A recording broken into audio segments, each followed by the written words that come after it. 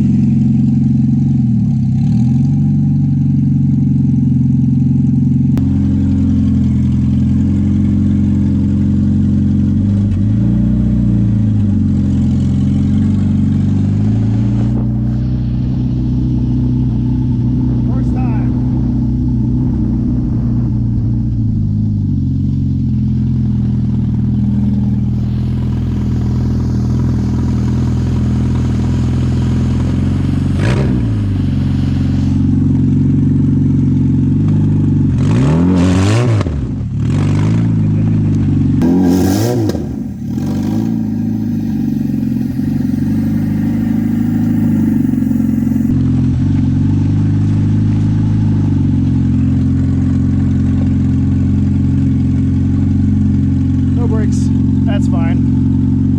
What did Enzo? Good job, buddy. Good boy. What do you think, Enzo? What do you think, good boy? Yeah. Hell yeah. First drive. First little burnout. It's a mess, but it just drove itself for the first time. It's the birth of a newborn baby. You know, I've never had one of those, so this is as close as I get, so sue me. All right.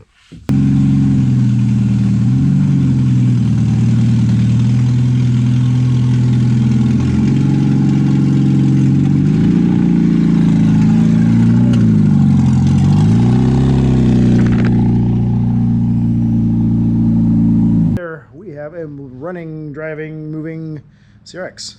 So yeah, that spot right there where the CRX used to be. Well, now it's over here. Hey guys, just a little shop work today. A little bit of busy work. There's gonna be a lot of busy work with the CRX now. So today I went ahead and did the front brakes the other day when I was working on the front end and replacing hubs.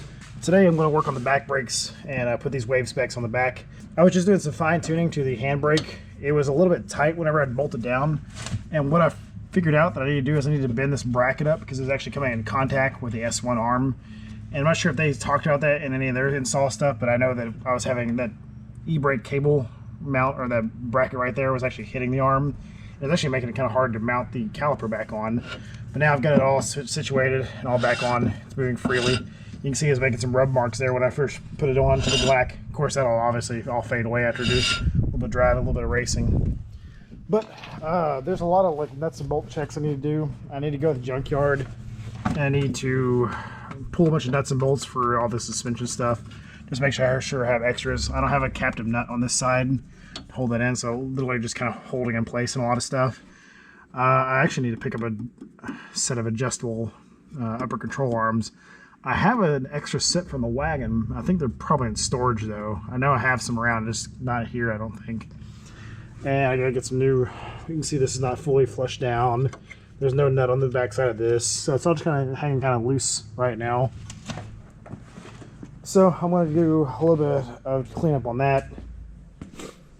And I've got the, you can see the front wave specs are on there. I had to replace one of my brake lines too, and I didn't get the right size head, so I had to chop and kind of make this line work. I'm not sure if it's going to leak or not, but I probably will go ahead and try to bleed the brakes while I have it up in the air, get all the wheels off, and it'll just be kind of a brake job kind of day, because now that I have it up and driving, I need to make sure it could stop too, because you know it's kind of critical. Now that it'll move, I need to make sure it'll actually come to a stop. So as you can see, the factory brake is still on this one, and it's a little tight, and I think because I need to bend the bracket on this side too, because I noticed the other day when I was putting this on that these wheels had a lot more catch to them, but this one feels a lot more free than it was now that I got that bracket bent. So we'll try that on the other side.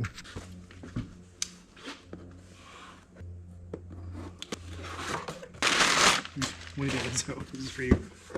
What you think? You can see here, I love these things. Like I said, I ran them on the Fiesta ST for a few years.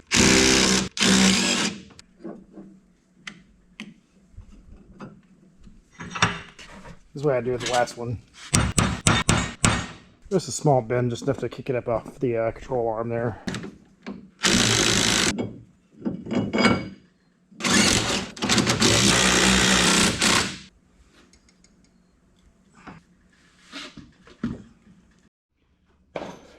So hard not to get super hyped about this. Look how nice this thing's starting to look. All the brakes are starting to come along. It's kind of neat because they have a heat setting right here. Now, depending on what the temperature is, that I have actually be different colors. But yeah, the more I look at this thing, the more I'm like, oh, I'm getting really, really excited because it's starting to come along. And there's little things here and there, like I need axle nuts and all that fun stuff. But what I'm going to go ahead and do is I'm actually trying to bleed the brakes for the first time in this thing. So a really sentimental part and fun story is my brother Dwayne, who passed away in 2019. He really wanted to contribute to this build forever, and he worked at Advanced Auto. He's the manager at Advanced Auto in Conway and Little Rock, a few other places too.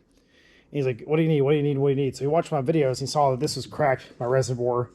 So he got this brand new, this whole reservoir, and he was very proud about this whole part. I think he said he was sponsored, but the receipt was actually in the box, so he actually paid for it. And it's just really, really nice, and it was just, you know, it's really sentimental. It shouldn't be, but just having a brand new part, and it was just something that he got to me. It was just, I'll treasure that forever. Even if I upgrade this, I'll still probably end up keeping it, hang out with that, put it like mounted on a wall, or do something fun with it, just because it means a lot to me. So thanks, Dwayne. Of course, these old bleeders are all kind of gummed up and gross. So I had to shoot some brake clean through there, some WD-40, get at it with a pick a little bit, and yeah, I was able to kind of clean it out, and I'm able to blow it through now. So probably have to do that with all four corners, so that's gonna be fun. So I was trying to bleed the brakes, and I found out that one of my brake lines up in there actually has a pinhole leak in it too, from where I did the whole saw finagling. So I hole sawed the firewall to make way for the shift cables, and I cut into two apparently brake lines, so I replaced that one too, so that's fun. I did go ahead and get a few things done. I got an axle nut thrown in here, got into my kit and found that kind of stuff. I got some of this cinched up, and some bolts actually put on it, bolts and nuts that I had in my kit. So this is a little bit more finalized, back to where it should be. For no reason at all, I hung the diff back up in there. I just wanted to see what it looked like up in there again. I'm not quite finalized putting the rear end stuff together. I do have to talk to TK and Sohn tonight about ordering the billet arm that goes here and goes around so you can run the axle in. Because you look straight through there right now, you can see, yeah, if you look straight to it, you have the actual body of the strut there in the way. So I have to get that done. I was going to see if I can get away with it, because I think CR make a EGs or something like that. You can actually get away with it out running that, but I'm going to have to for sure on this. But with that being said, it's looking pretty good. I kind of went under a few things. I was kind of checking out my fueling here. I'm going to build a false floor, or I guess not a false floor, a real floor back here where I cut all this stuff out and run these lines in here. Just kind of cleaning up some stuff, tucking some stuff. I'm still super amazed with how clean the bottom of the shell is. No rust, no like large damage, no nothing really.